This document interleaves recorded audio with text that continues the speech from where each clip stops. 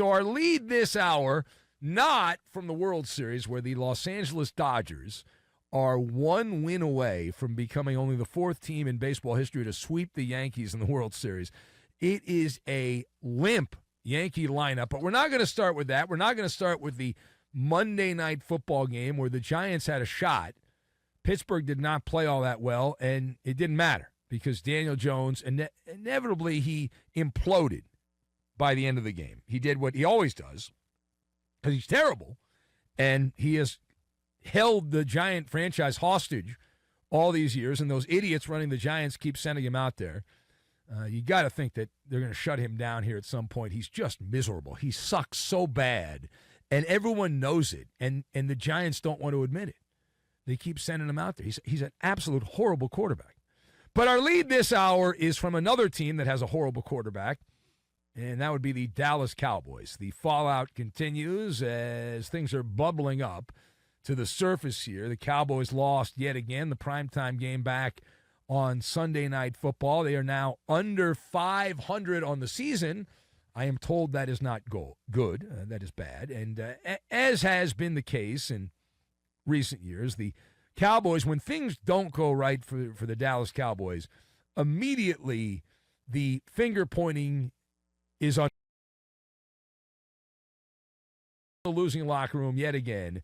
The Cowboys find themselves in a deep, dark place. Now, not only are they under 500, they have had their doors absolutely blown off the wagon by the Detroit Lions, who beat them 47-9, and the New Orleans Saints, who beat them 44-19. New Orleans has not won a game since then, by the way. But if you've not heard the latest, following the primetime debacle, which was a misleading final score, the Cowboys were smoked in the third quarter of that game against the 49ers. If you saw it, you know what I'm talking about.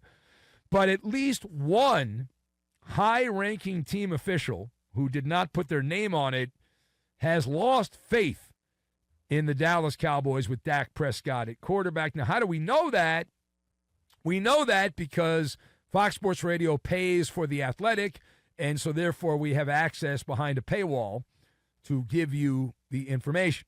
So a Cowboy executive, anonymous of course, said, quote, "I have this bad feeling that this could be one of those years," the Cowboy executive said to a reporter from The Athletic. So that is what's known as the money quote.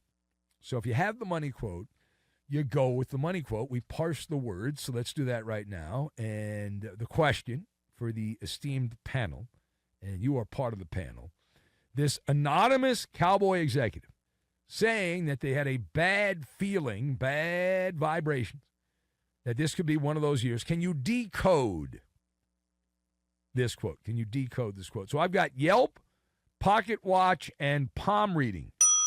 And we will combine all of these things together, and we are going to make a nice vacation, which is what Aaron Judge is going to be doing, and so many others. All right, now to kick off here, the Cowboys, and I love this. It's great for what I do in talk radio because the Cowboys are a tinderbox, and it's wonderful because people care about the Cowboys, even though the Cowboys haven't been relevant since the 90s.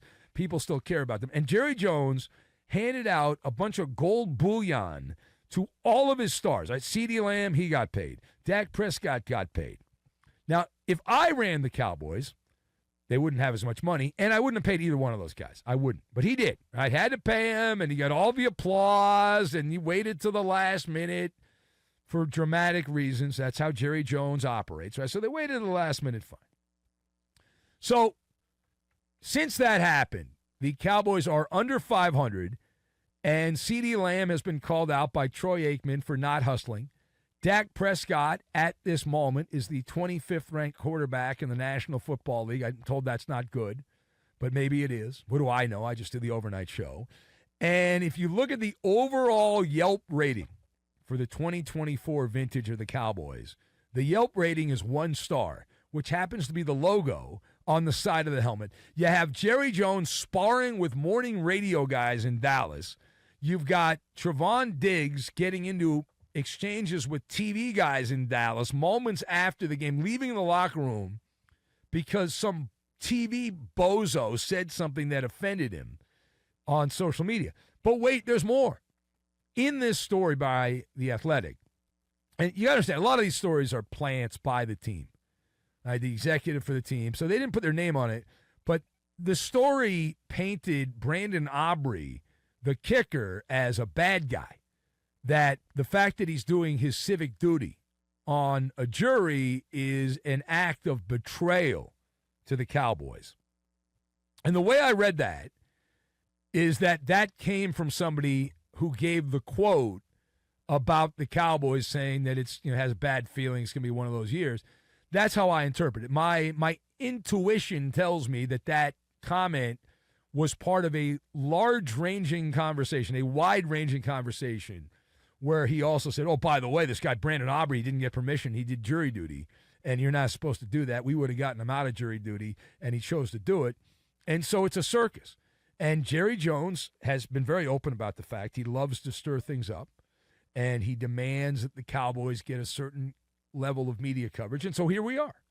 Cowboys suck, and they've got all the trimmings, the tinder boxes ready to explode, and we're there for it. Now, a team that is also on the spectrum, if you will, in New England, the Patriots, fresh off that upset win over the Jets, and ruining the chances to go 1-16. Instead, the best they can do is 2-15. So Patriot coach Jarod Mayo said of his injured quarterback Drake Maye, he said he has to protect himself better this after he suffered a concussion against the Jets relatively early in that game. So people are breaking this down. They're questioning Jarod Mayo. They're saying, well, is this too harsh? So I will pose the question. Is it too harsh of Jarod Mayo, the coach of the Patriots, to say that his quarterback, Drake Maye, needs to protect himself better during the game?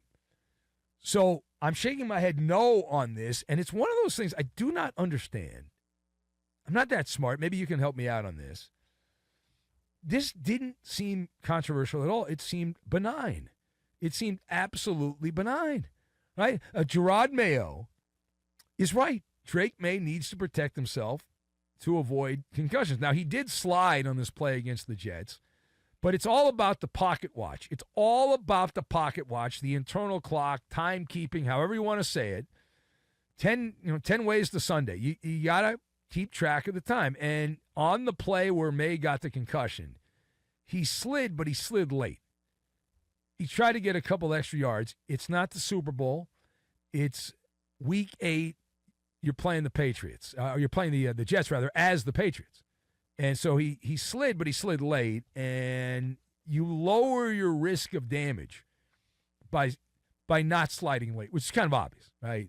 Kind of obvious. Like when I have a bad take on the show, I make sure to slide early so I don't get hit by the microphone. I avoid the concussion so I can do the show.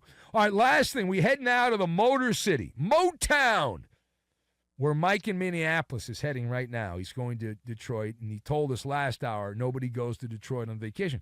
But my colleague here, Jason Smith, does go to Detroit on vacation, but only because his in-laws are from Detroit.